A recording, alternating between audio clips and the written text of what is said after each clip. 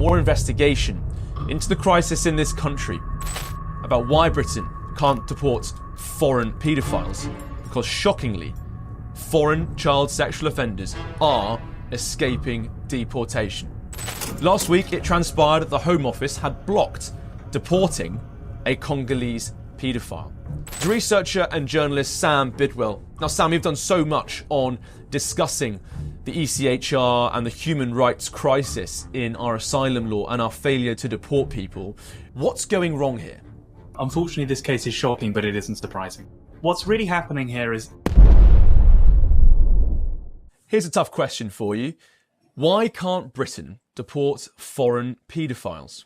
Now, they say that the first priority of any state is the defence of the realm. But that must surely include removing foreign threats to the safety of our children. Now, in our prison population, there are 76,800 British nationals, and there are 10,400 foreign nationals, making up just under 12% of the total population. And under the Borders Act, anyone serving a 12-month sentence must be deported. But in reality, very few of them are. And I asked that question at the top of this discussion about why Britain can't deport foreign paedophiles, because shockingly, foreign child sexual offenders are escaping deportation. Last week, it transpired that the Home Office had blocked deporting a Congolese paedophile. He'd arrived in Britain in 2008. He's an asylum seeker from the DRC, the Democratic Republic of the Congo.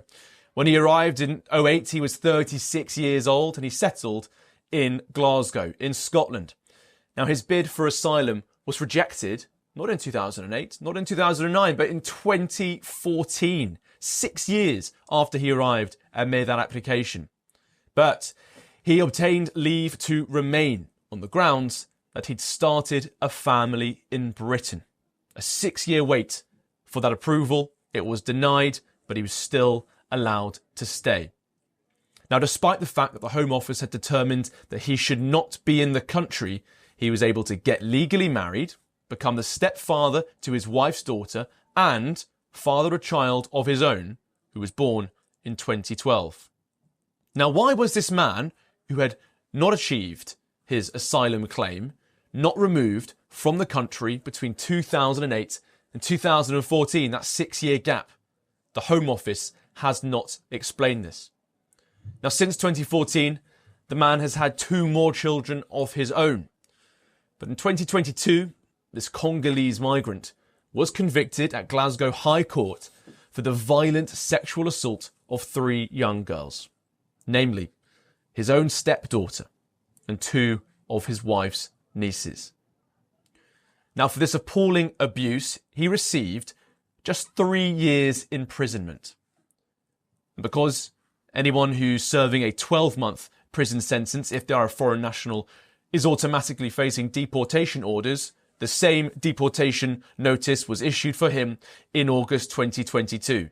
But he protested the move on 2 grounds. First, he said that he was going to be persecuted for his political views if he was deported. This is a classic approach for failed asylum seekers around the world, and it often works. And the first-tier tribunal, which hears these cases in immigration law, they rejected this argument, finding that this man, he was not entitled to refugee status on the grounds that he was a serious criminal.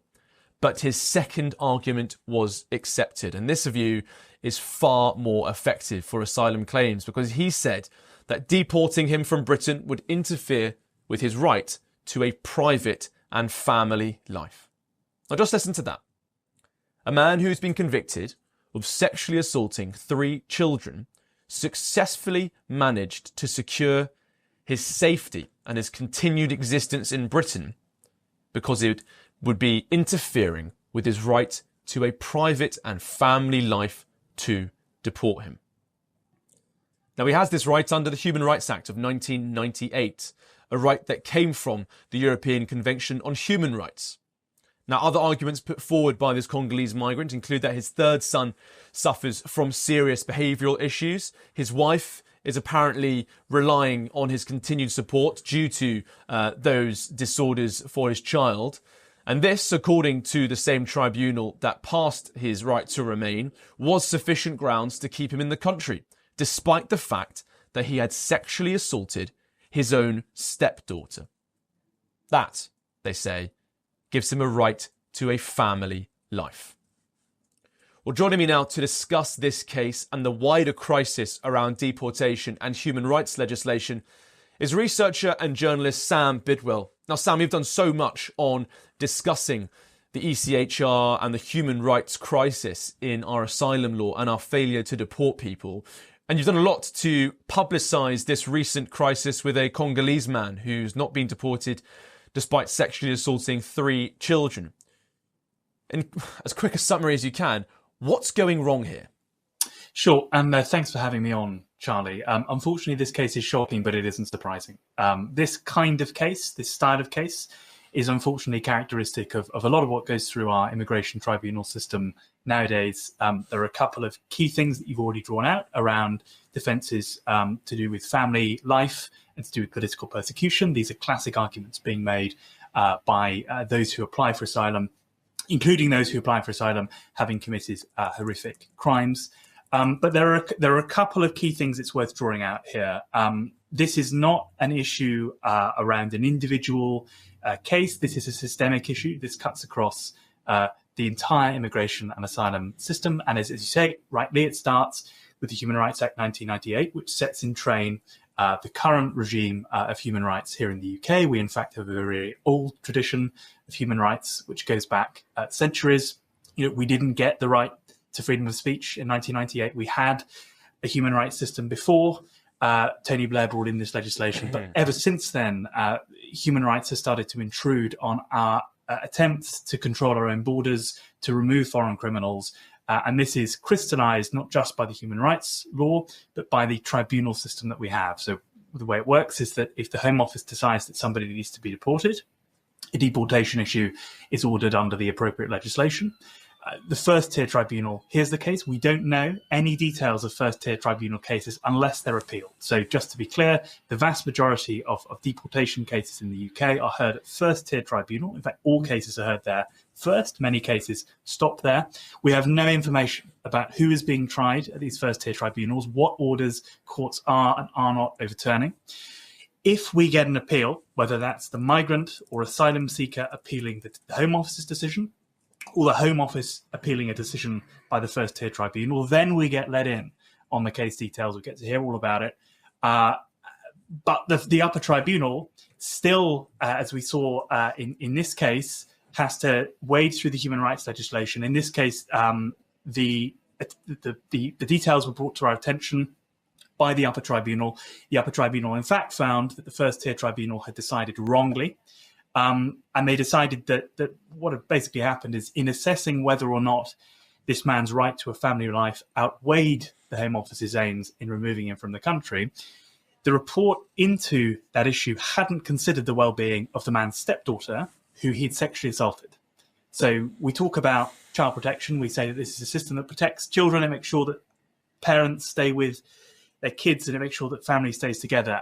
If it was really about child welfare, would they not have asked the stepdaughter for her opinion about whether or not her rapist should be allowed to stay in the country? In fact, it's not about child protection and it's not about keeping families together. It's about frustrating the Home Office's efforts to remove criminals from the country.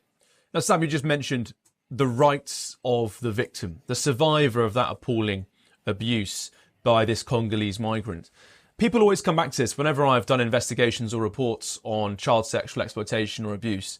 They always say that they feel as though the rights of the perpetrator are almost always valued above and beyond the rights of the victim. And it's pretty clear in these cases, is it not, that those victims just aren't considered in this process. As you said, that evidence just not being heard. How can you ensure the safety of those children after a decision like that to keep someone in the country? And as you say, this is not a rarity. There was Anisette Maela, who was also Congolese, recently sentenced to 10 years in prison for raping and impregnating a 15-year-old girl in Oxford. In 2005, that man's deportation was blocked on human rights grounds. He was allowed to stay. He went on to commit that appalling abuse. And again in October, just last month, We also heard about an Indian paedophile who was known as HS. His deportation was blocked by the Home Office on the grounds that, again, removing him from Britain would interfere with his right to a family life. At what point, Sam, will people start to think about the right to a safe life for children? And at what point do you think legislators will prioritise that perspective over the right to a family life for those who abuse children? Is that possible? Well, look, I'm not holding my breath. Certainly not under this government. Look, it is about rights, not just about human rights, but about the right of a nation to enforce its laws, the rights of the people of this country to walk safely in the streets, the right of the nation's children to know that we're doing all we can to protect them from criminal elements like the gentleman in the case that you referred to. In fact, it would actually be a pretty easy fix. This is an issue of political will. It would be a case of removing asylum decisions from this endless process of appeal and review, because we know the people within the appeal and review system, the people who work in tribunals and who work in immigration law, are activists. Many of them are not interested in defending the nation's borders. They're interested in keeping as many people in this country as possible. They're ideological, they're activists. And we saw today, just earlier today, that the Justice Secretary has in fact announced more funding for immigration lawyers in an effort to shift the asylum backlog. Well, the first thing I would do is stop many of these erroneous cases and appeals from being launched in the first place. So I would outright prevent asylum applications coming in from certain countries. We have asylum applications that come in from the United States, that come in from France. Whatever you think of Donald Trump, he's not worth seeking asylum over. We can then start to say, well, if the Home Office makes a deportation order of a foreign criminal, that should not be going through 3, 4, 5, 6 stages of review. We shouldn't be allowing these people to remain in the country, often for decades, as they go through that review process. Maybe you can review from abroad. You can come in digitally. We've got the power of video link nowadays. But they certainly shouldn't be sitting in this country, clogging up housing and creating asylum backlog. This is a matter of political will. This is politicians not wanting to upset their friends who work as immigration lawyers, rather than actually fixing the asylum backlog and protecting the rights of children and of the British people as a whole. We have a government that seems set on making life easier and better for immigration lawyers without actually addressing the problem of asylum and asylum seekers. Sam, let's go back to that 6-year period, 2008 to 2014, when this Congolese man was not removed from the country despite that failed asylum application. Now, the Oxford Migration Observatory has estimated that 9 in every 10 people who were refused asylum by the Home Office were free to remain in the country. Now, explain to our viewers how that's possible. How can there be a situation where the Home Office says, no, your asylum claim hasn't worked, despite it being, let's be frank, fairly liberal to most claims, especially on political persecution and the right to family life. It's not worked out. We've rejected that, but they just stay.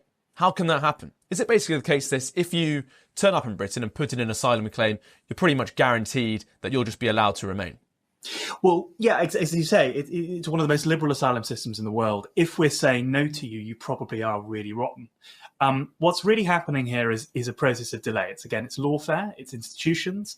What we have is a system where once your initial claim is rejected, you can seek appeal over and over and over and over and over again on different grounds. You can say that your circumstances have changed. You can, a lot of these people come from quite fractious and difficult countries, and so what they'll say is, well, you turned down my application when this chap was in charge, but actually the government's changed, or the war's gotten worse, or crime is escalating, unrest is escalating, etc. So they find ways to keep appealing.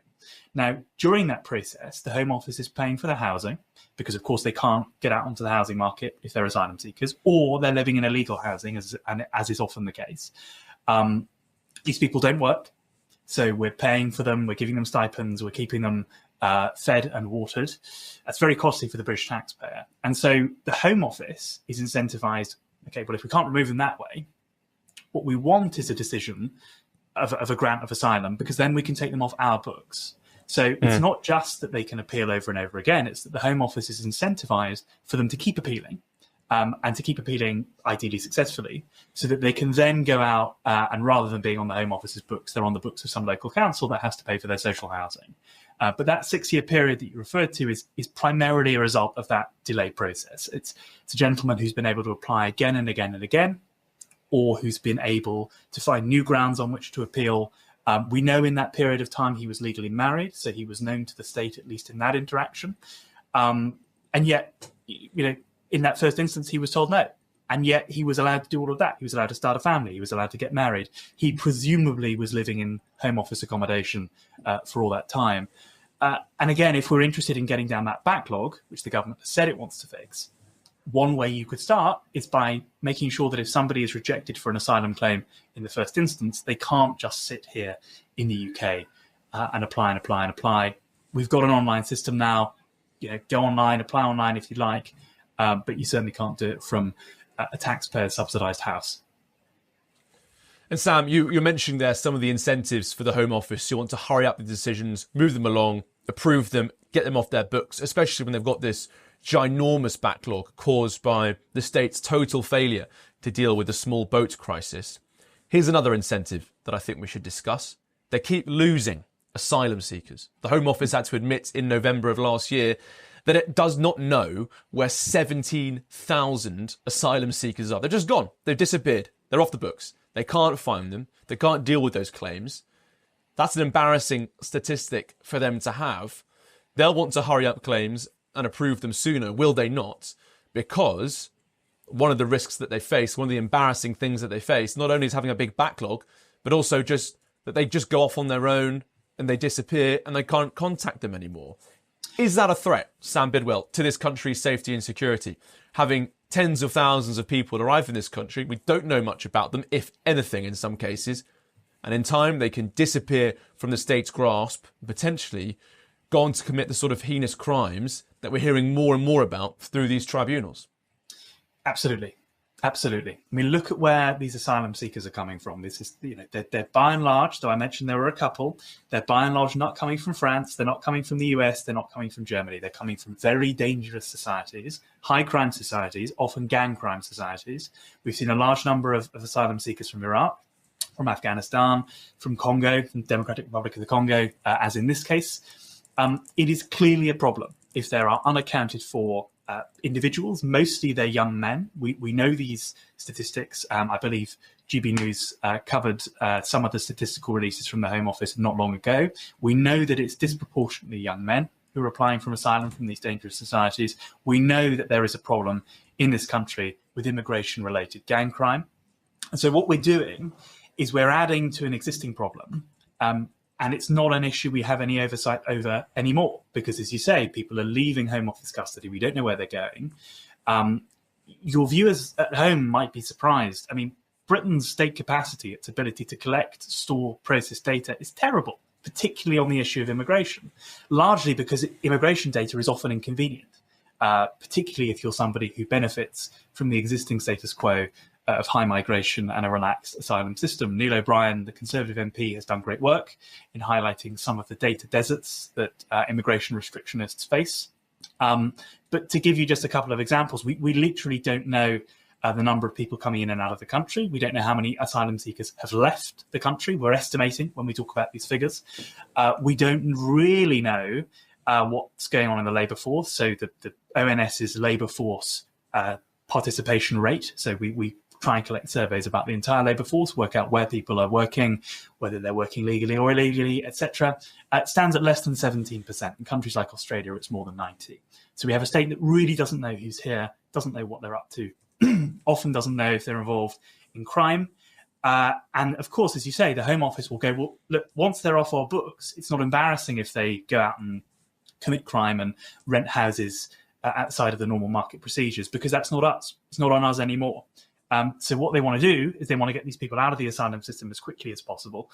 If we live in a system, as we do now, where there are institutional blockers to removing people through the tribunals and through judicial review and all these other ways of frustrating what ministers want to do in the Home Office, then of course what they'll do is say, well, we can't go that way, we'll go the other way, and we'll try and make sure that as many of these people get accepted as possible.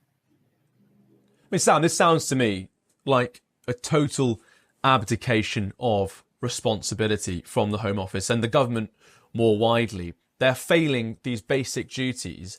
And I just bring it back to what I said in my introduction about the defence of the realm, the first duty of any government. And we can talk at length, of course, another time perhaps about Britain's defences. Are they up for the job? But I think we should talk about the asylum crisis in the same sort of language, with the same sort of perspective, thinking about this as a national security and national crime concern. Because when all these scenarios we talk about a right to a family life, the first discussion and the first thought, should it not, instead be a right to a safe Britain, a right to knowing who's in your neighbourhood when they arrive from overseas, a right to be sure and to be sound in the knowledge that the Home Office is accurately, is diligently and is safely processing information about asylum claims, not delaying them by years, and certainly not failing to deport people when they fail their asylum claims. Now, is this a national security discussion for you? Is this a national crime discussion for you? Not only because of the sort of places where many of these asylum seekers are coming from, but also because the state just isn't maintaining that primary duty. Absolutely.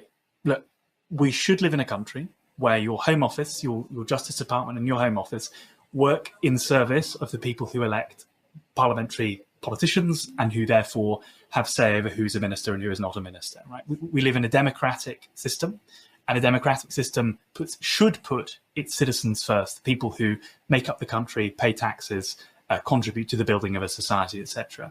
The Home Office shouldn't serve the interest of foreign paedophiles. It should go without saying. This is ridiculous that we have to have this conversation, because at any other point in history, and in most other countries in the world, the idea that there is a department of government which time and time again, either through its own negligence or because of institutional fetters placed on it by politicians, the idea that we have a government department which puts foreign criminals ahead of the citizens of the country is absurd. This is not something... I talk to friends in all sorts of parts of the world, in Japan, in the Middle East or wherever, and they think it's absurd. They think it's ridiculous. And Sam, is it enough just to leave the ECHR to deal with this problem? You've mentioned previously about how so many of these cases are blocked and these deportations are prevented due to that right to a family life claim, which comes from the ECHR and is in the Human Rights Act. Would that be a silver bullet? Leaving the ECHR, this all stops, we deport the foreign paedophiles and we can be safe and sound, that's now dealt with. Is that enough? Or do you think a more broader approach to dealing with this issue is required?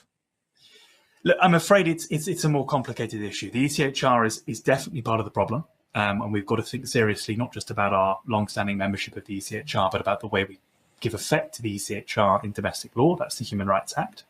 Not every country that's an ECHR member has a big problem with deportations. Yes, most Western countries do, but countries like Turkey and Serbia and Azerbaijan certainly don't. They're pretty illiberal countries, and yet they manage to remain members of the ECHR. So it is primarily about what we do here at home in Britain. It's about our domestic rules and regulations. We have a tribunal system, as I mentioned, that is not transparent, so we don't know on what grounds people are being kept in the country or removed from the country. That has to change. In my view, we should be taking immigration decisions out of the hands of activist judges and lawyers and making sure that a minister's decision, a stamp of approval from a minister on a deportation order, is final. Right? What that would do is it would put immigration and asylum decisions back into the hands of political decision makers who can be removed by the public if they're not happy with their performance, instead of having a system where political decision makers have to battle over every individual deportation case with judges and lawyers. So I would go back to a system where, as we had before the Annes Minnick judgment of 1968, a system where decisions made by ministers are not reviewed by courts unless a decision is made on an area for which the minister isn't responsible. So if your Home Office minister is making decisions about healthcare, fair enough, step in, that's not appropriate. But when a Home Office minister makes a call about deportation, that should be final. And there's no reason we can't have that, whether we're in or out of the ECHR. There's no reason that we can't have a system in which our ministerial decisions actually matter and aren't blocked by judges. And Sam, Parliament is sovereign. We set the rules in Parliament in this country. That's how it works. If a minister wants that to be the case, it can be the case. So really, in effect, Sam, you're saying that the crisis of deporting foreign criminals, and in particular foreign paedophiles, an especially shocking example, all comes down to just the will to act. All of this could be changed, you're saying, but people are failing to sufficiently act according to the interests of people who want foreign paedophiles to be deported. They're not making the changes that are necessary according to what? Some sort of fascination with human rights legislation, a desire to be seen as tolerant and liberal on the world stage. What do you think is behind these sets of laws on our books? Is there a significant lobby by the human rights lawyer class that keeps this sort of legislation around and keeps this as the status quo? Why is this not changed? And why is this crisis going on? Well, I'll tell you what it isn't, right? It isn't the public, right? If you were to pass laws that made it easier to deport foreign criminals and foreign paedophiles, you would gain millions of voters overnight, right? It would be the easiest thing in the world to do. And yet, here we are, right? And therefore, you're forced to conclude that this is an issue of ideology. What we have is a section of the political class, a large section, unfortunately, of the current crop in Parliament, who believe genuinely that an individual's human rights, as described and codified by the Human Rights Act and by the ECHR, genuinely is sacrosanct, cannot be touched. There is nothing in the world, whether it's the safety of young girls in this country or the right of a state to enforce its own border laws. They believe that there is nothing that can countervail those rights. Right? This is a purely ideological obsession, and it is driven and supported by large sections of the legal community who stand to benefit from this. Many of them genuinely believe it. Most of them genuinely believe it. But it helps that they're all claiming six-figure salaries for jobs which would disappear if we moved to my system, in which it was politicians who were on the hook for immigration decisions, and we left the lawyers out in the cold altogether. Let's move to my system. You've heard it there, folks, from journalist and researcher Sam Bidwell, who's been a really great chronicler of this particularly troubling sign of the crisis in Britain at the moment around foreign criminals not being deported from this country, even for crimes as heinous as child sexual abuse and exploitation. Sam, thank you very much for joining me for this discussion. I'm Charlie Peters. This has been a GB News original, going into more discussions, more investigation into the crisis in this country where foreign criminals are not being deported due to a very dangerous cocktail of human rights legislation and a failure from politicians to act and react. Thanks very much for watching, and I'll see you at the next one.